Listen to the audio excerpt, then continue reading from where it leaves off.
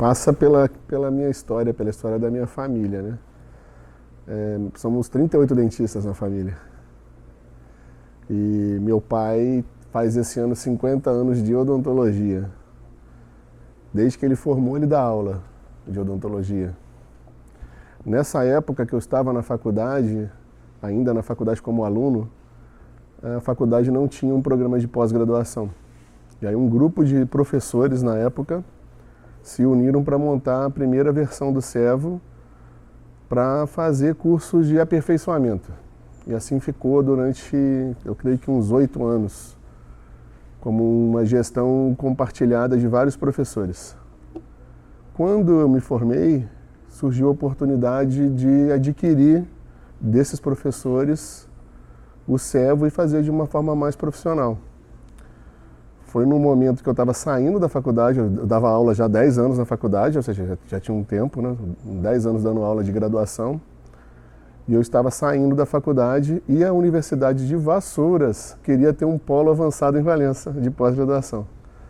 E aí eles me estimularam a montar cursos de pós-graduação da Universidade de Vassouras em Valença. As primeiras chancelas, as primeiras certificações do SEVO foram dadas pela antiga Universidade Severino Sombra, né, que hoje é a Universidade de Vassouras. E ali começamos a montar os cursos de especialização, fazer a gestão de todos os cursos de pós-graduação da universidade, tanto os que eram dados aqui, quanto os que eram dados lá.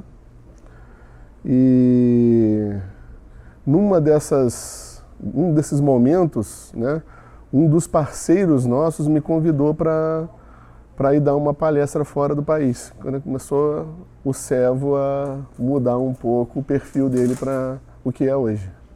Eu creio que nada é por acaso, né?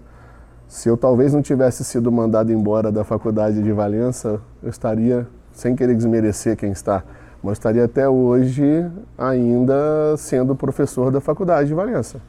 Eu não teria despertado essa veia empreendedora que eu tinha e estava lá parada, vamos dizer assim. A necessidade fez com que a gente despertasse isso, porque eu programei a minha vida toda para viver aqui em Valença, junto aos meus pais, junto aos meus familiares, né? Na vida a gente faz escolhas. As minhas escolhas foram ficar perto de quem eu sempre gostei e quem sempre me faz bem. E com isso, quando eu saí da faculdade, eu pensei, olha, eu só vou continuar aqui se eu tiver um negócio relacionado ao ensino dentro da cidade. E aí começamos dessa forma, como pós-graduação de outra, certificada por outra universidade. E foi muito difícil. No começo foi difícil porque nesse momento a faculdade de Valença também já tinha o seu programa de pós-graduação. E como competir com um gigante, né? É como Davi e Golias. E aí a gente focou em ter uma coisa que sempre foi o legado do meu pai, né? Que é a mão na massa. Nossos cursos sempre foram voltados muito para a prática. Ou seja, você entregar um produto a um preço justo, uma formação é um produto, né? Mas com uma qualidade a mais, que é esse approach com o aluno, muita prática, muita vivência clínica, passando toda a experiência da família, né, dos professores na prática. Essencialmente odontologia é prática, é botar a mão na massa. Pode ter aí a melhor aula do mundo, mas se não praticar, não aprende.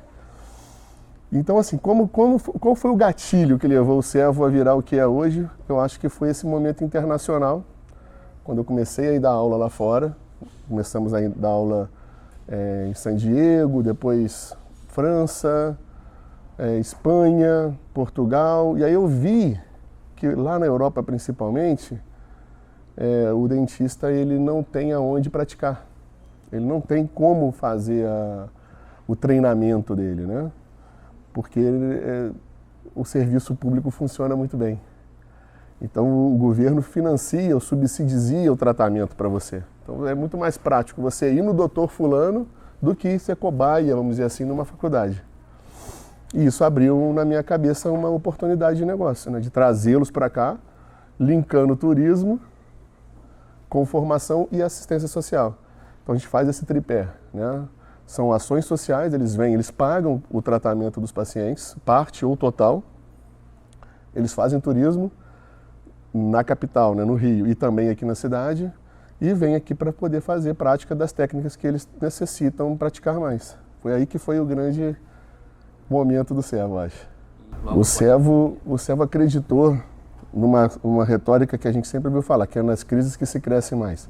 Eu sempre acreditei durante a pandemia que ia ter uma demanda reprimida, porque ninguém estava podendo estudar. Todo mundo ia ficar 2 anos sem... A gente não sabia que ia ficar 2 anos, mas todo mundo ia ficar um tempo sem poder fazer cursos presenciais e a gente queria se preparar para esse momento. Foi aí que a gente pensou em mudar a sede, uma sede maior, voltada para esse negócio internacional, voltado para esse público internacional. E acho que esse foi o grande diferencial. A gente se preparou no momento certo. A gente conseguiu financiadores que acreditaram na nossa história, na nossa conversa, no nosso passado. A gente tinha um respaldo só do passado, só da nossa história própria. Quando eu comecei a obra dessa nova sede, foi no pior momento econômico da minha vida. Foi quando eu não tinha nada no banco. Eu tinha mandado dos 16 funcionários, 14 embora. E foi onde acreditei que daria certo, porque isso vai passar, né? E acho que é isso que tem que ficar mesmo a gente tem que acreditar naquilo que a gente sonha, né? E era um sonho muito real, porque a gente já tinha uma experiência de 7 anos trazendo estrangeiros, a gente sabia que era um grande negócio e que a pandemia ia passar e quem tivesse preparado poderia entrar nesse nicho, e foi o que a gente fez. Ano passado nós fizemos com os estrangeiros, que alguns pacientes pagam algumas taxas, né? Só de doação de implante, sei lá, aquele paciente que não pagou nada, foram 987 implantes, ou seja, 1.000 implantes. Vamos imaginar aí, aproximadamente. Vamos botar que num consultório particular, um implante desse custa R$ 1.800. Então a gente conseguiu, só de assistência social, mais de R$ 1.800.000 de doação. Eu não estou nem falando dos pacientes que pagaram as taxas de R$ 100, R$ 200, eu estou falando daqueles que não pagaram nada, né? Aqueles que não pagaram nada. Se a gente colocar numa média aí que cada curso desse, cada turma que vem em média 20 alunos, e todos os meses a gente tem curso de internacional. Hoje tem aqui um polaco fazendo curso com a gente, tem um brasileiro que vive muitos anos na Europa que está aqui embaixo hoje também fazendo um curso com a gente. Então, eu não sei te mensurar a quantidade, mas eu já posso dizer que de todos os continentes vieram. Inclusive teve um momento que veio ucranianos e russos juntos, antes da guerra. E se confraternizaram super bem aqui, sem nenhum problema. O turismo educacional e o turismo de saúde também, eu acho que é uma coisa muito importante para a cidade. A gente tem focado muito nisso, né, de vender experiência. O aluno, quando ele vem para cá, ele tem um acolhimento que você não vê na Europa, né? O europeu, por si só, ele é um povo um pouco mais frio do que o brasileiro. Então, esse acolhimento que a gente tem aqui em Valença, Valença é uma cidade muito acolhedora. Nesses anos a gente sentiu também uma participação mais ativa do comércio com os estrangeiros, que antes não aceitavam moedas estrangeiras, hoje a grande parte do comércio a gente fez um trabalho junto com a CIVA, aceita.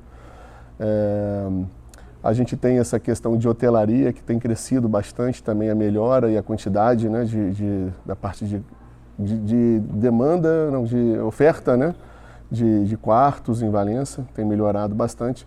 O que a gente espera realmente é que a cidade aproveite esse momento, que eu acho que é um momento interessante para a cidade de crescimento, com turismo educacional e saúde, que se unam forças, né? A gente não pode ver a FAA como concorrente do Servo, o Servo como da FAA, pelo contrário, a gente tem sinergia, na verdade, e apresentando com isso Valença para o mundo, né? Hoje a gente já recebeu aqui mais de 26 países diferentes, que nunca sabiam o que era Valença no mapa, e que hoje tem lá no coração deles esse momento vivido aqui dentro da cidade, né? Desse acolhimento, do tempero da cidade, do sabor do bar da galinha, né? De comer um frango frito com as mãos, de conhecer as naturezas lindas da cidade, como a Serra da Beleza. Então a gente sempre tenta agregar nessa formação um passeio pelo turismo local, levar para conhecer conservatória, levar para fazendas históricas, acolher na nossa própria casa, né? A gente recebe ele lá nos últimos dias para poder fazer esse acolhimento, fazer uma confraternização, com música de cantores valencianos, mostrando um pouco da nossa cultura para eles, né, do jongo, da capoeira, tentando mostrar para eles o que é essa essência valenciana de ser, né. Acho que assim, eu não queria nem pensar em mais 200 anos, eu queria pensar assim, na essência da cidade, né, ela nunca deve ser deixada de ser ouvida, né. A gente teve exemplos de cidades que viraram cidades turísticas, essencialmente turísticas, e que perderam a essência. E eu acho que Valença tem conseguido resgatar a essência, resgatando história, né? A história é muito importante. A gente vê modelos de cidades turísticas próximas a gente que estão sufocando a essência da cidade. Esquecem o que já foi a cidade e trazem um modelo artificial de turismo. E eu acho que não é por aí. Eu acho que quanto mais natural, quanto mais histórico, é o que a pessoa busca hoje. Então eu penso assim, uma cidade para 200 anos, que ela tem essa essência de hoje, né? Que a população continue com essa essência também de bom acolhimento, um povo ordeiro, né? Uma cidade sem violência praticamente.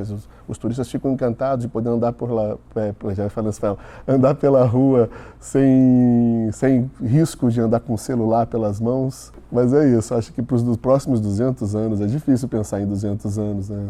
Assim, quem somos nós para pensar em 200 anos? A gente não vive sem. Mas eu que nasci aqui, estudei, fiz a minha formação toda aqui, só saí para o mestrado e doutorado.